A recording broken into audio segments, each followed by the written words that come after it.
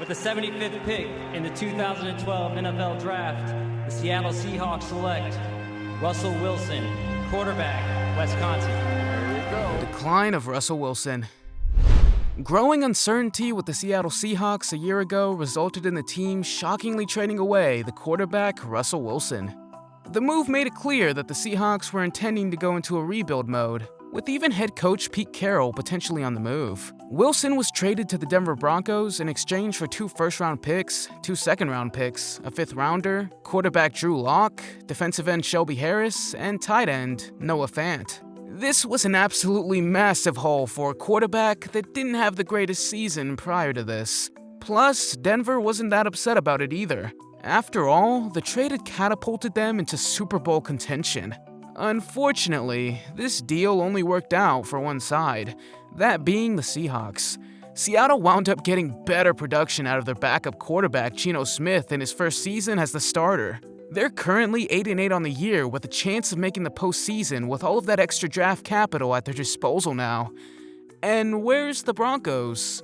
Well, they've lost 12 games and counting with no chance of making the postseason. Not only did they give away their future for Wilson, but they dished out almost all of their salary cap for him also. He was given a 5-year, $245 million deal, with a total of $161 million being guaranteed, and a $50 million signing bonus on top of that. That meant he would be locked into this franchise until at least 2028, and he's not a young signal caller. This is a 34-year-old quarterback that could genuinely retire at the end of the season if he wanted to. And let's face it, he might be close to doing so.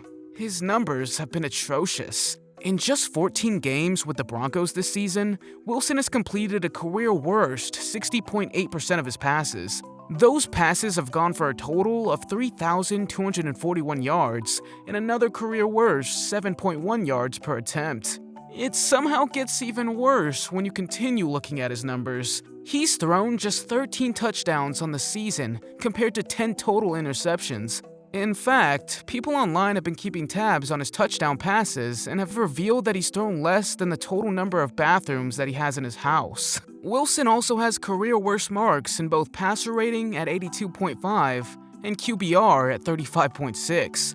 Just in case these numbers don't stick out to you yet, let's compare him to some other players. He's the 27th ranked quarterback this season when it comes to his QBR, and his passer rating has him ranked at 28th. On the other hand, Geno Smith has been great in Seattle. Smith has thrown for 4,069 yards, thrown 29 touchdowns, and just has 9 interceptions.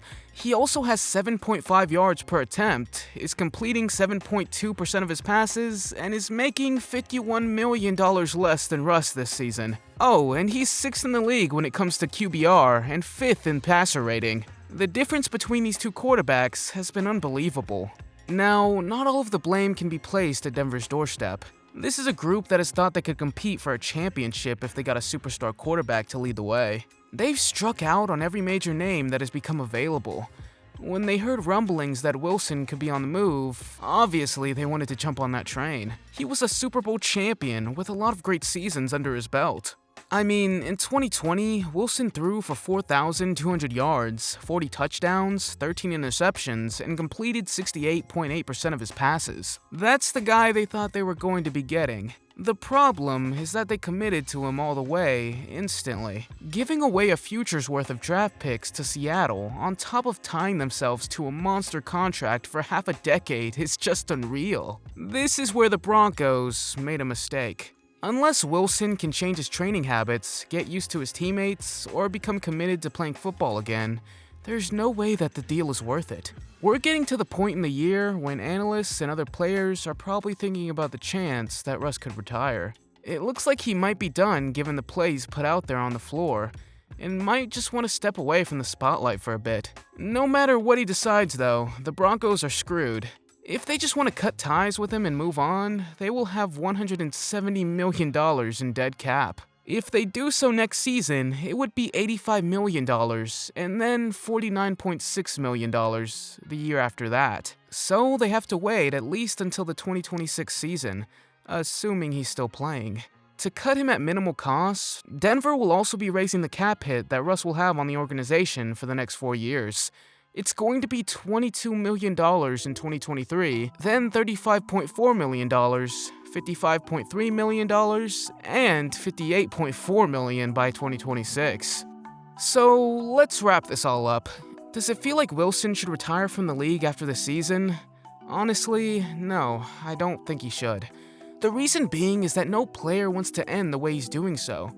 His reputation and legacy would be tarnished forever if he does, and it's so hard to see him stepping away right now. It'll be at least one more season to try and right the ship under a different head coach in 2023, to try and make the Broncos' investment at least worth it. Even if that happens though, they would have to win a Super Bowl for any of this to be worth it. That was the plan at the start of the deal.